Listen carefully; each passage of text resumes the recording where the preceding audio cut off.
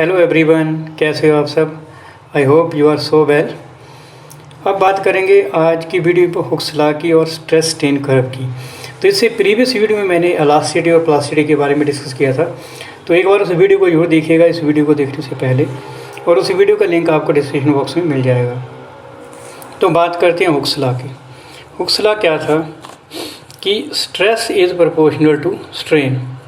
Stress is proportional to strain.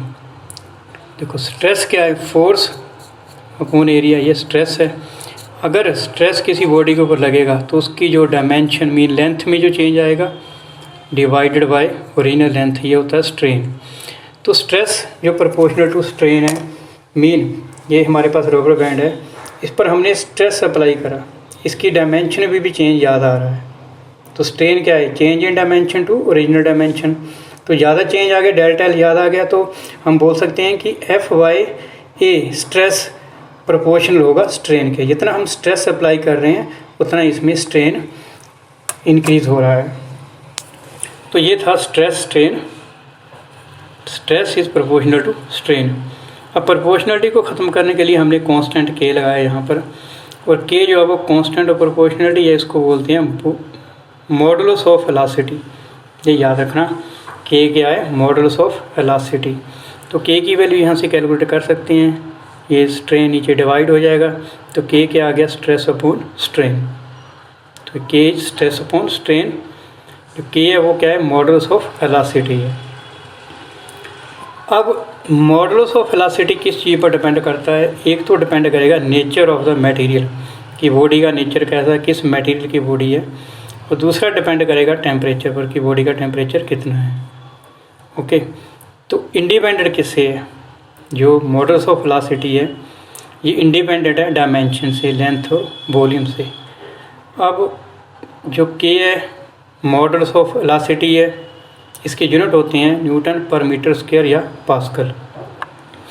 I hope आपको Hooke's law clear हो गया होगा। अब बात करते हैं next, stress strain curve for a metal. कोई भी मेटल है उसके लिए हमने स्ट्रेस स्ट्रेन कर्व जो है वो देखना है कि किस तरह से क्या वेरिएशन आ रही है। अब देखो स्ट्रेस जो है, स्ट्रेस को हमने लिया अलोंग वाई एक्सिस, ये स्ट्रेस ले लिया, और इस तरफ स्ट्रेन ले लिया, एक्स एक्सिस की तरफ स्ट्रेन कंसीडर कर लिया। ये किसी भी मेटल के लिए, ठीक है, किसी भी मटेरियल के लिए नॉर्मली मेटल के लिए। अब जो ओ से लेके ए रीजन था, ओ से लेके ए रीजन है, इसमें हुक्स लॉ फॉलो हो रहा है। हुक्स लॉ फॉलो हो रहा था, और बॉडी जो थी वो रिमेन इलास्टिक थी। बॉडी क्या थी, वो इलास्टिक थी, या इलास्टिसिटी की प्रॉपर्टी बॉडी में थी। ओ से लेके ए तक देखो ये लाइन आई, एक सीधी स्ट्रेट लाइन है। स्ट्रेट लाइन का मतलब है कि स्ट्रेस प्रोपोर्शनल टू स्ट्रेन है, और बॉडी जो थी वो इलास्टिक रही। इलास्टिक का मतलब है फिर द्वारा जो सुपर फोर्स लगी, उस फोर्स को जब छोड़ रहे थे हम, उसको हटा रहे थे, तो बॉडी जो थी फिर अपनी शेप को गेन कर रही थी इस रीज़न में। ओके, तो नेक्स्ट इसमें देखो, ये देखो ओ से लेके ए रीजन में हुक्स लॉ फॉलो हो रहा था। ओके, और बॉडी का बिहेवियर इलास्टिसिटी वाला था, मीन बॉडी जो थी वो इलास्टिक रही। अब रीजन ए से बी तक आती हैं, जो रीजन ए से बी तक है, ये देखो ए से बी तक। और जो अब इसमें ए से बी तक देखो हुक्स लॉ फॉलो नहीं हो रहा था, स्ट्रेट लाइन नहीं आ रही थी, ऐसे थोड़ा कर्व में टर्न आ गया, मीन इसमें थोड़ा सा कर्व सा बन गया, ये टर्न आ गया थोड़ा सा।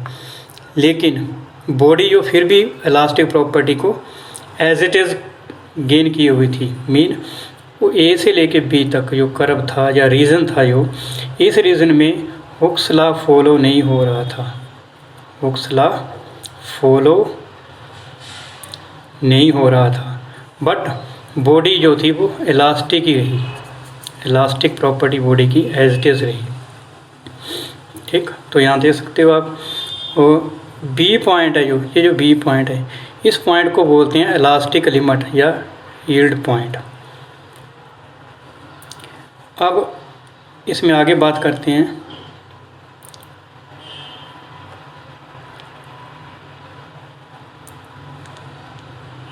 ओके। और सीधा बी से डी तक देखो, बी से डी तक, बी से डी तक देखो, स्ट्रेस तो थोड़ा सा अप्लाई करा, स्ट्रेस थोड़ा सा अप्लाई करा, लेकिन स्ट्रेन कितना ज़्यादा आ गया, देखो स्ट्रेन कितना ज़्यादा है।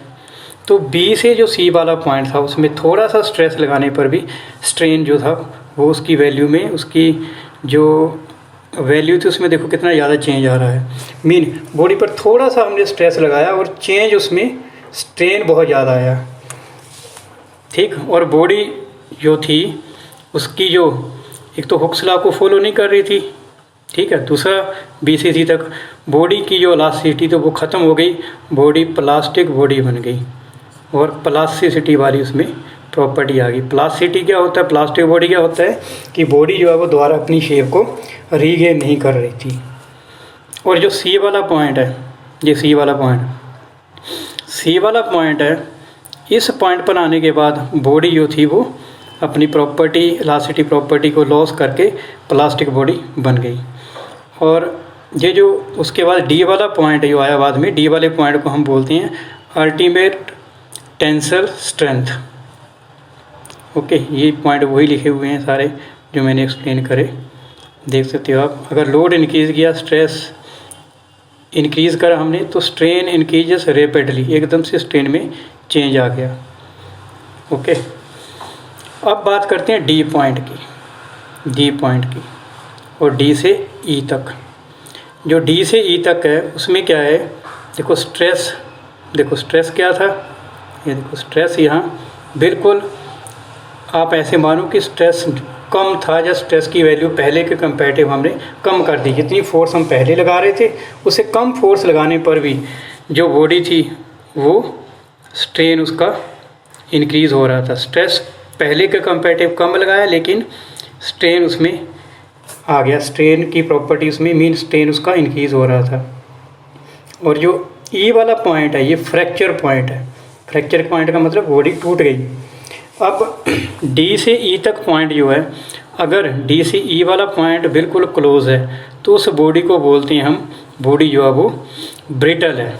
ब्रिटल का मतलब जस्ट लाइक ए बिस्किट, जैसे बिस्किट होता है उस तरह से एकदम से थोड़ा सा भी हमने स्ट्रेस लगाया बॉडी टूट गई, ब्रेक हो गई, फ्रैक्चर आ गया बॉडी में। ओके, तो ये पॉइंट है। और तो नेक्स्ट है इसमें, अगर डी, ये जो डी है, डी से E point, if T and E are far apart, अगर ये पॉइंट टी और ई दूर है, इसका मतलब बॉडी जो वो डक्टाइल है। डक्टाइल का मतलब होता है कि उसमें कोई स्ट्रेचिंग प्रॉपर्टी है, जैसे जस्ट लाइक जैसे चिंगम होती है, इस तरह से ये बॉडी है वो डक्टाइल है। ओके, नेक्स्ट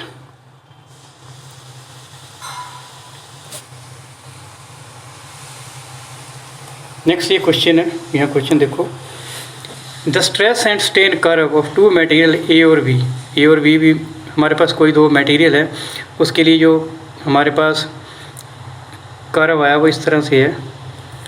देखो स्ट्रेस इस तरफ, स्ट्रेन इस तरफ। जो डी से ई तक का पॉइंट है, डी से ई तक का पॉइंट है, इसके बीच की डिस्टेंस देखो। और डी से दूसरे ग्राफ है, इसमें डी से ई तक की डिस्टेंस देखो। आप इजीली बता सकते हो कि कौन सी बॉडी ज़्यादा डक्टाइल है और कौन सी ज़्यादा ब्रिटल है। आई होप ये तो आपको पता चल गया होगा, ठीक। देखो ए मोर डक्टाइल है, ए जो है वो मोर डक्टाइल है, क्योंकि डक्टाइल का मतलब है कि बॉडी जो इसका ब्रेकिंग पॉइंट है वो बहुत दूर है जाके है। और डी से ई, इसका जो ये डी से ई तक का जो पॉइंट है, ये दोनों पॉइंट अगर एक दूसरे को क्लोज है तो बॉडी क्या होगी, वो बॉडी ब्रिटल होगी।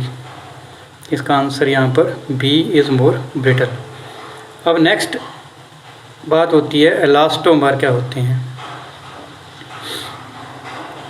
ओके, अब कुछ सब्सटेंस लाइक टिश्यू, रोटा लिख सकते हो, रबर, अगर उनको स्ट्रेच करते हैं, थोड़ा सा स्ट्रेच करें तो स्ट्रेन उनमें बहुत ज़्यादा आ जाता है। किसी भी रबर में।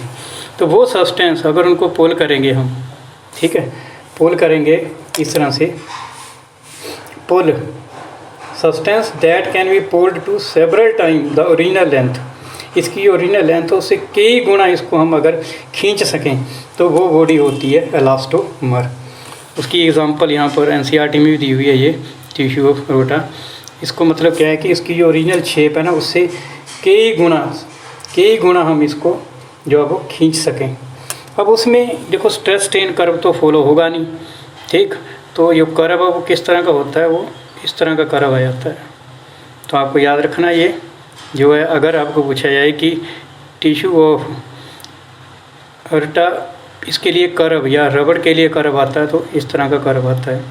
तो आप ऐसे याद रखो, इसमें स्ट्रेस जो होगा वो प्रोपोर्शनल स्ट्रेन का स्क्वायर होगा, और स्क्वायर वाला ग्राफ जो है वो किस तरह से आता है, इस तरह से आता है। अगर मैं ऐसे लिखूं कि x is proportional to Y square, square कर दिया हमने, तो ग्राफ है वो इस तरह का आएगा। तो ये है, although elastic region is very large the material does not obey Hooke's law. तो इलास्टिक जो बॉडी है, ये जो बॉडी है उसका इलास्टिक रीजन बहुत दूर होता है, तो बॉडी जो हुक्स लॉ को अभी नहीं करती। इलास्टोमर की एग्जांपल आपने याद रखनी है। ओके, अब इसमें ये पॉइंट आगे, most of the region there is no well defined plastic region. Plastic region defined नहीं होगा, हमें पता नहीं चलेगा कि किस पॉइंट पर आके बॉडी जो वो अपनी इलास्टिक प्रॉपर्टी को गेन करेगी। ओके, नेक्स्ट है आपका यंग मॉडल्स ऑफ प्लास्टिसिटी, ये नेक्स्ट वीडियो में डिस्कस करेंगे, बुल्क मॉडल्स ऑफ प्लास्टिसिटी वगैरह। तो thank you so much for watching this video.